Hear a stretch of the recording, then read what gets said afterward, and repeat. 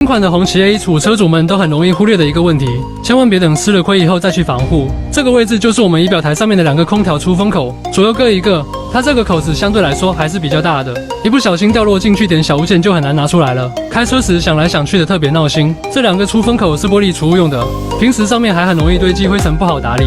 我们可以自己安装一对这样的出风口保护罩，金属的外观看起来也更加有质感。安装很简单，撕开背部横胶，对准出风口这里直接粘贴上去就可以了。与仪表台处于同一水平位置，平时打理起来也特别方便，有效的预防物品掉落。关键是装上去颜值也很高，镂空的设计不会影响空调的出风量，真的是美观又实用。还没安装的车友们，同款给你们放在左下角了。